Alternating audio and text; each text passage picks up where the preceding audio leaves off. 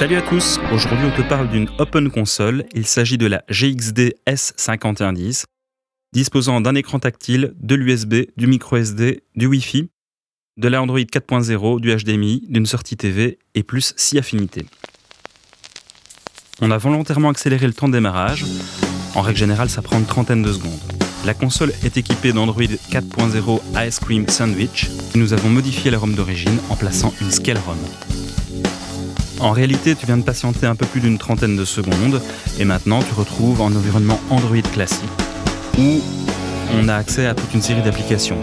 Des applications Android même ou des émulateurs. Émulateurs Nintendo, Sega, Amiga, Atari ST, MAM et plus. Donc voilà, démonstration sur Fruit Ninja. Je suis un poil nul sur ce coup-là, désolé les gars, mais je suis en même temps en train de regarder l'écran de la caméra. Mais le principe c'est de montrer que l'écran tactile fonctionne pas mal du tout et que la console est super réactive. Donc voilà, ça ne pose aucun problème pour cette application ou pour d'autres. Ça on va le voir incessamment sous peu.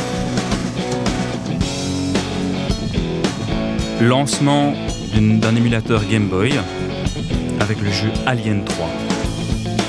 Et donc comme tu le vois, ici les commandes sont passées non plus au tactile mais par les commandes de la console.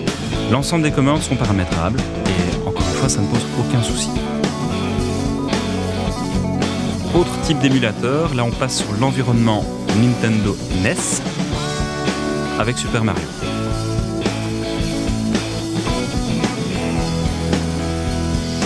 Voilà, encore une fois la réactivité ça pose pas de souci pour la console sur l'émulation NES. On va le voir par la suite, c'est pareil pour les autres émulateurs. Et c'est assez bluffant parce que pour une centaine d'euros, vous avez accès à un ensemble d'émulateurs et tout ça fonctionne admirablement. Si on passe sur un émulateur SNES avec Adam's Family,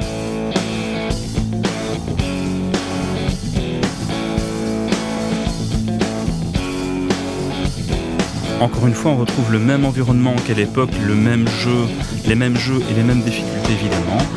Et si on a envie, il suffit d'un câble HDMI ou d'un câble analogique classique pour passer en mode TV, donc que votre console s'affiche sur votre téléviseur de salon. Émulateur Amiga, donc ici on va accélérer un poil le temps de chargement parce que je ne tape pas aussi vite. Avec un terrible jeu que je conseille à tout le monde. Alien Breed. Et la gentille madame me demande de charger la disquette virtuelle. Numéro 2, ce qu'on va faire immédiatement. Et donc, de ce point de vue-là, ça fonctionne aussi sans souci. Attention au type de ROM utilisé pour pouvoir fonctionner avec l'Amiga. L'Amiga doit avoir un fichier ROM plus le fichier disquette, sinon ça ne fonctionne pas. Donc le jeu poursuit son chargement sans souci. On avait pris un exemple à 2 disquettes, justement pour illustrer cette question-là. Et apparaît Alien Breed avec son environnement assez noir. Donc, cette console est prévue pour faire tourner toute une série d'émulateurs.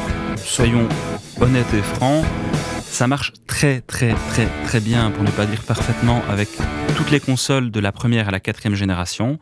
Donc je pense à Nintendo SNES ou Mega Drive, ou Amiga, ou Commodore, ça passe encore. Maintenant, émuler une Nintendo 64, ça devient beaucoup plus difficile.